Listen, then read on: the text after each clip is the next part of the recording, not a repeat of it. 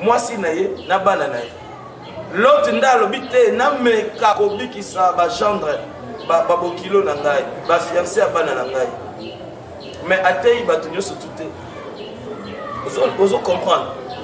Mais aujourd'hui Bible zolobaki car Dieu a tant aimé le monde qu'il a envoyé son fils unique afin que quiconque croit en lui ne périsse point mais qu'il ait la vie éternelle. Le message d'aujourd'hui, c'est le salut en Jésus. Cela est prêché à l'humanité tout entière. On dit au biki, au boy, puis Christ a zolo baboy. Natanga verset moka. Marc.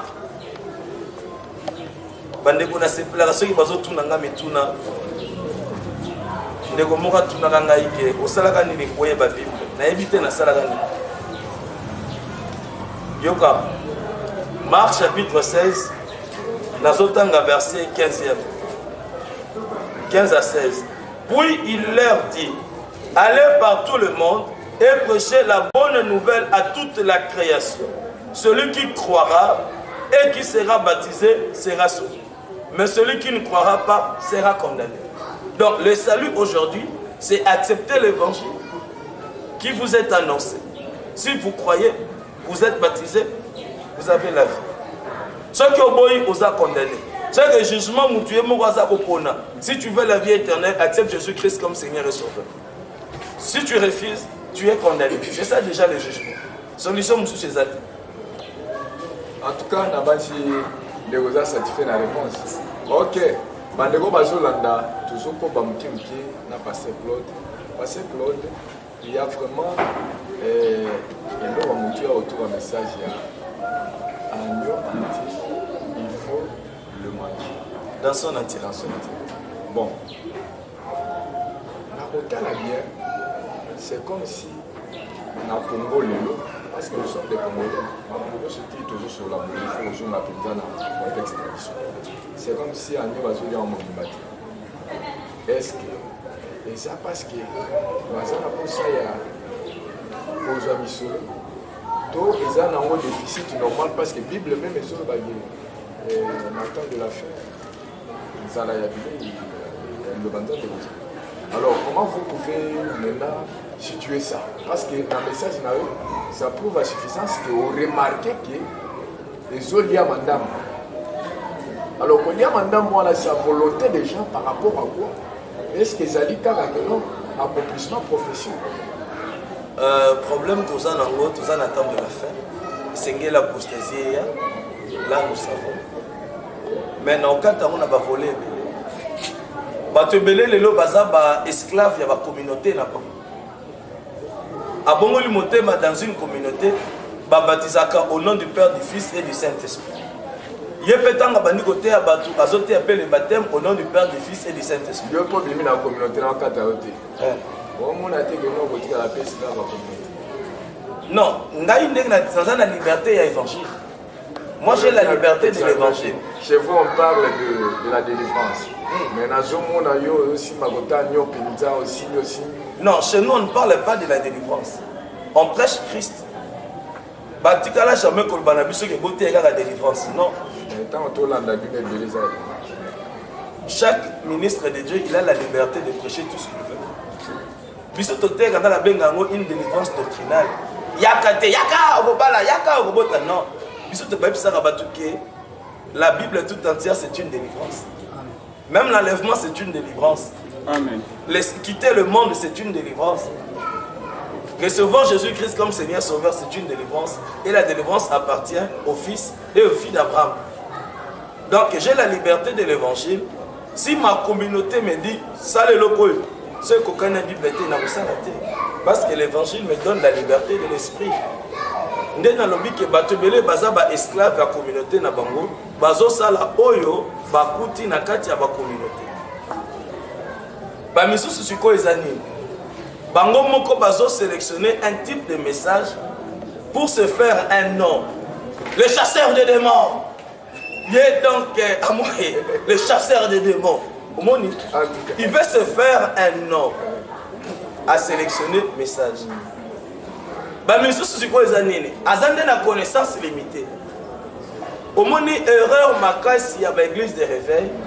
On ne forme pas le ministre de Dieu. C'est une question aussi.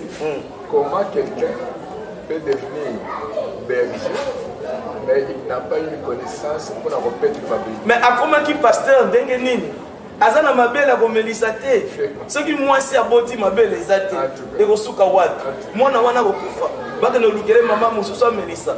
Bakamba église na don ya prophétie té. Omoni mutaza na don ya prophétie a commis pasteur. Non, il faut église bayeba c'est quoi le don? Prophète il y a ministère, prophète il y a don, différence ces années. Vraiment prochainement on va en parler. C'est une confusion terrible par rapport au prophète. Yo suka kaka na tangu tozo sambela na moni nzamba zo talisanga suka wana. Hein? Le ministère il faut avoir été dans le conseil de Dieu. Il faut avoir été dans le conseil de Dieu. Aujourd'hui, c'est tout le monde qui est pasteur. Non, Bible dit bon côté. Bible dit que Osa, il a fait Osa comme apôtre.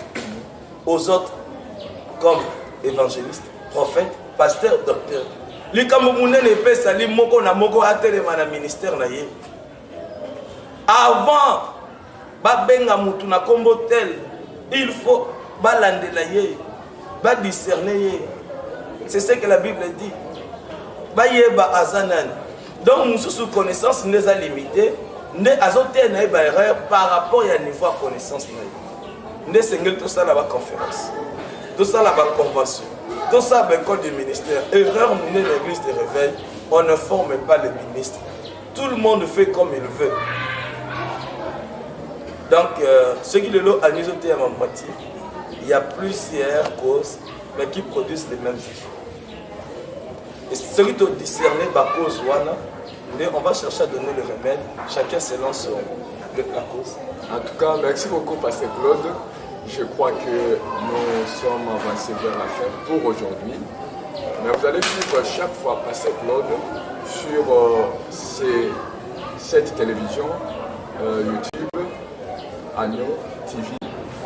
Chaque fois, je vous ai dit, on vous réveille le matin, essayez un peu de voir Agneau TV. Il y aura toujours un nouveau message qui va vous édifier, qui va vous réconforter. Et vous aurez toujours un enseignement qui va ajouter un plus dans votre vie. Parce que Claude, les lots et la vie est bâti. Les assoukatés, c'est-à-dire les élèves, il faut voir ici moi message pour la construction édition. Message nangai pour na kosilisa première partie oyo. Les alliés seulement kosenga na basali na Zambé ba supporter. Peut-être na façon nangai koloba, les alliés sika moko na lobby contraire na connaissance ya découvert. Atombokate.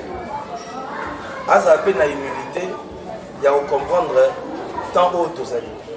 Tous en attendent de la fin. Au moment où ils attendent de la fin, ils attendent à ma soumission. Tant de la fin, ils attendent un peu connaissance et qu'on m'attend. Landa. Zambalobi na Abraham Boy. Au moment où place au Vandi Awa na Mboka ba Moréen. Baza bato masumu. Mais na roboto la bango Mboka sikote. Peuple na yo ba okende bombu na Égypte. Jusqu'à ce que l'iniquité de la Moréen, des Amoréens salanine et mata. Lorsque le péché aura atteint son paroxysme, c'est alors que le jugement va s'abattre. Dès le temps de la fin, 666 veut dire la totalité du mal.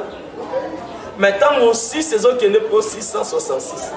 C'est que ma maison les hommes l'iniquité sera accrue, l'amour d'un plus grand nombre se refroidira.